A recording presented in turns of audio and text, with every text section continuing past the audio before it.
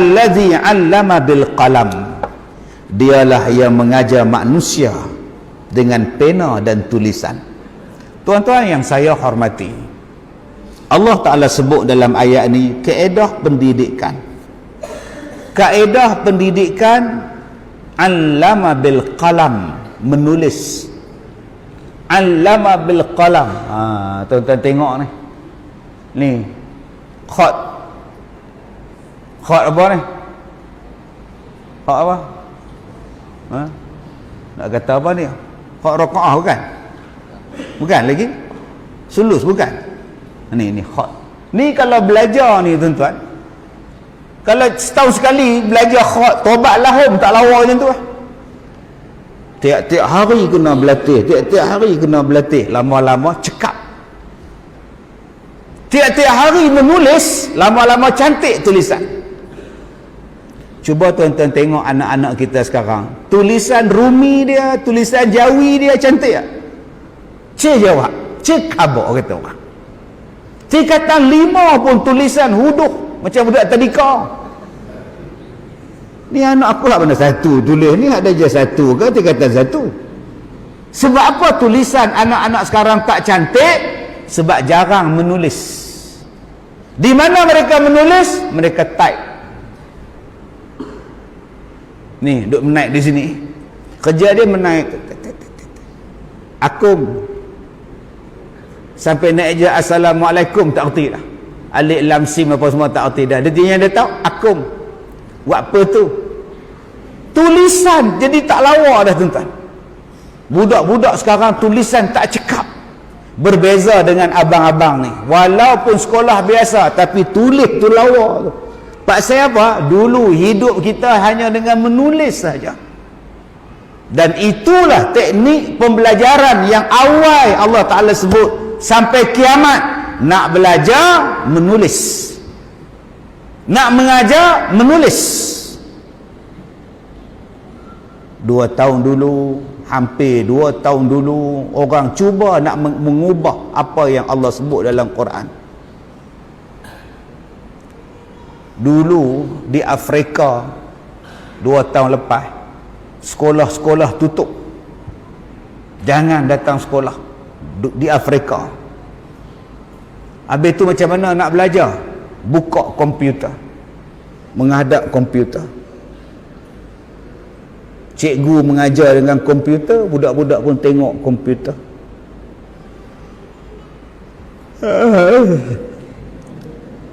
Lama-lama cikgu seorang mengajar, budak-budak pergi buka cerita TikTok, budak-budak pergi buka game PIBG lah apa. Hampir 2 tahun tuan-tuan, mengubah apa yang Allah Ta'ala sebut dalam Quran. Cubaan mengubah. Sebab tu saya kata awal-awal dalam ceramah saya tadi, Al-Quran ni huda, petunjuk. Bila berlaku satu-satu benda, bukalah dalam Quran, dapatlah jawapan. Oh, tak boleh belajar macam tu. Oh, tak boleh belajar macam tu. Tak boleh, tak boleh, tak boleh. Dia tak akan sampai kepada martabat ilmu, tak akan dapat ilmu. Cikgu tak dihormati, ilmu tak dihormati, ilmu tidak ditulis.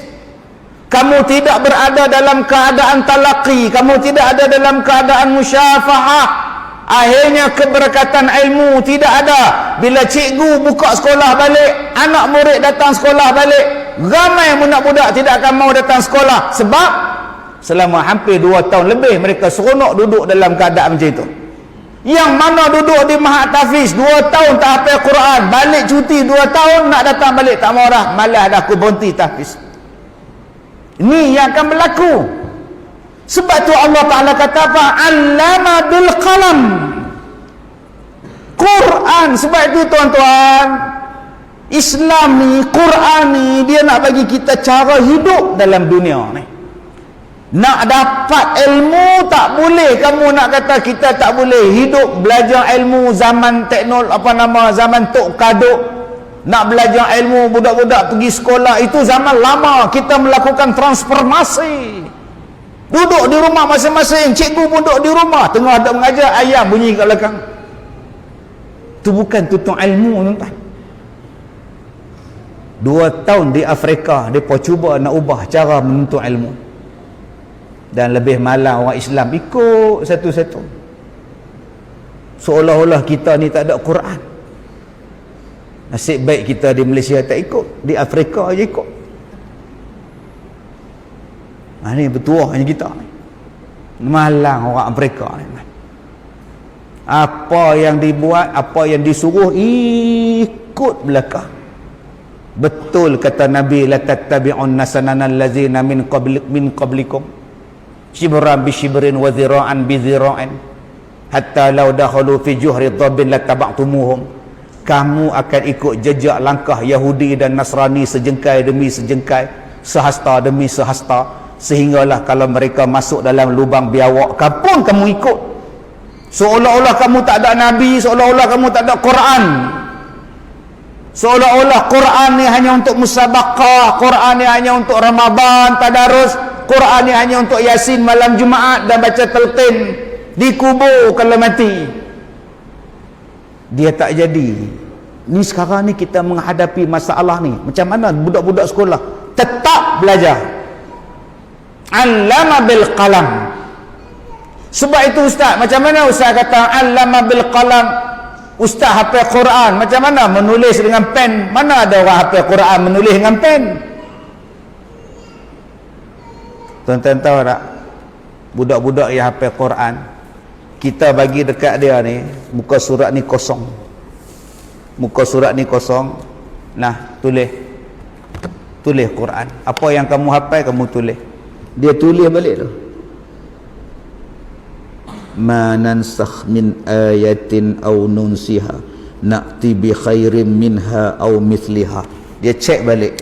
Ma nansah baris di atas, ma nansah nun mati jumpa sin mati, sakh ada kha ni, tak ada kha, tak ada titik, dia bubuh balik. Setiap satu baris satu ayat, okey, ma nansakh min ayatin, Allah, silap pula dah. Dia suruh. Habis satu muka surat pergi hantar kat cikgu. Ustaz semak. Tu di mana tu? Tu di sekolah saya. Dia bukan setakat hafal di mulut, tulisan pun dia kena tulis.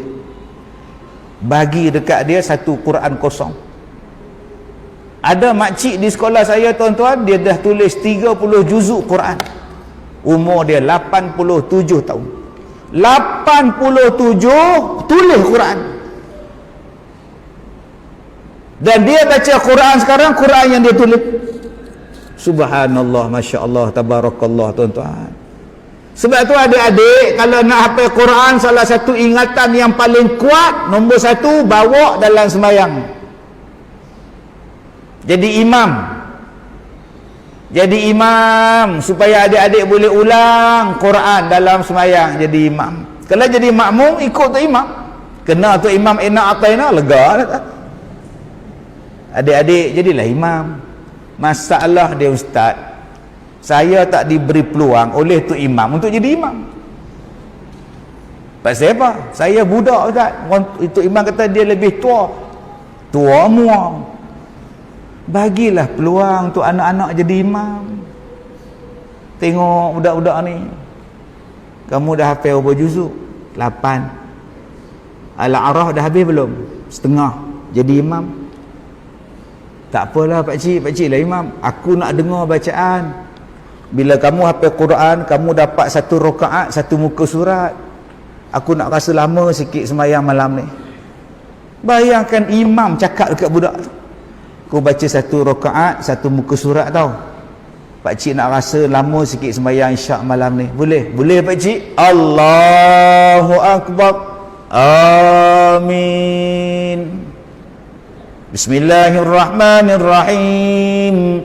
Alif Lam Mim Sad. Oh, kita dengar Allah. Kitabun unzila ilaika fala yakun fi sadrika harajun min litunzira bihi wa dzikra lil mu'minin. Satu muka habis. Allahu Akbar. Besok pagi mati untuk imam. Patut semalam dia cakap sayu je, pakcik nak rasa panjang sikit, betul kan? Permintaan terakhir. Jadi kalau aku permintaan terakhir, biar aku suruh budak ni jadi imam, biar aku juga baca, tak mati besok. Ni bukan masalah buang tabiat, ni masalah penghargaan, nak menghargai budak-budak. Kita nak mendidik budak-budak ni tuan-tuan, kita kena jadi contoh.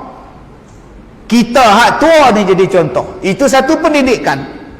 Satu lagi bentuk pendidikan, kita suruh depa dan kita pula tengok, itu lagi satu bentuk pendidikan. Mula-mula kita didik depa, Allahu Akbar. Budak-budak tengok, Bismillahirrahmanirrahim. Budak-budak tengok, oi, malam ni lagu apa? Rush ke? Sabah ke? Nahwan ke lagu untuk imam ni? Alhamdulillahirrabbilalamin. Nahwan tu, dia belajar. Malam besok pula kita suruh budak tu pula jadi imam. Jadi imam. Allahu Akbar. Bismillahirrahmanirrahim. Tu imam pula tanya. Nak kata ras tidak, nawal pun tidak, bayati lagi jauh. Oh sudah. Belajar. Bagus jadi imam. Pakcik suka dengar. Kenapa mereka perlu diletakkan di hadapan? Sebab mereka ada geng. Mereka ada geng. Bila Tok Siap, Tok Bilai kata aman, ya pakcik, besok jadi imam, jadi Bilal sembahyang Jumaat boleh? Boleh pakcik. Hari Khamis malam Jumaat dia bagi tahu besok Jumaat jadi imam, boleh? Jadi Bilal boleh? Boleh. Satu sekolah dia bagi tahu. Weh, besok aku jadi Bilal Jumaat. Weh, esok-besok aku. Kawan-kawan dia khabar. Weh, besok Aiman lah, besok Aiman lah, besok Aiman lah. Separuh masjid semua budak tingkatan dia. Mbak, nak tengok Aiman bang. Allahu Akbar, Allahu Akbar. Tercengang budak-budak. Sedap dia bang tu. Hak kawan dia pula kata, semalam minum ketung dengan aku, sekarang jadi imam pula kata. Lama-lama budak-budak ni jadi baik sebab dia tahu kawan dia. Bukan setakat kawan dia datang masjid, mak bapak dia pun datang. Ayah, besok Haji Din minta Aiman jadi Bilal sembahyang Jumaat. Ayah dia datang awal, mak dia pun tak sembahyang, duduk depan tu, duduk ambil gambar cucu dia. Bukan sembahyang pun, duduk kat depan pagar, duduk ambil video anak dia. Tok dia datang, tok saudara dia datang, adik dia datang. Pasal apa? Nak tengok anak mereka jadi Bilal, jadi imam. Bukan susah kita nak tarik orang kampung main masjid. Ambil anak dia jadi Bilal muda, imam muda, datanglah satu keluarga datang. Kadang-kadang mak dia marah, pak dia tak main masjid. Awak tu main dam je. Awak tahu dah anak awak tu jadi Bilal, imam besok. Awak tahu tak? Imam di mana? Masjid lah. Main dam tak habis-habis. Bawa-bawa lah ke masjid tengok anak jadi imam. Besok sembahyang maghrib bapak tu datang tu, bawa kayu dam, papan dam datang, main dam kat situ pula tengok anak dia. Tak boleh tinggal-tinggal, lepas dam dia tu tuan-tuan. Allah, tuan-tuan yang saya hormati, di sini disebutkan kepada kita kaedah pendidikan. Menggunakan pena, menggunakan pen, menggunakan pendidikan, mengadap, menulis. Dan kita berharap lepas ni jangan duk buat lagi dah, duk buat lawak 2-3 tahun lepas di Afrika tu. Yang tak ada komputer jadi susah, yang tak ada handphone berebut nak pakai handphone. Sekejap abang nak pakai, kejap adik nak pakai, mak nak pergi kerja pula, berebut handphone. Duit tak ada nak beli smartphone. Bukan macam tu lagi tuan-tuan. Baliklah pada Quran, kamu jangan takut. Allama bil qalam, kata Allah. Allamal insan ma lam ya'lam. Dialah yang mengajar manusia sesuatu yang mereka tidak ketahui.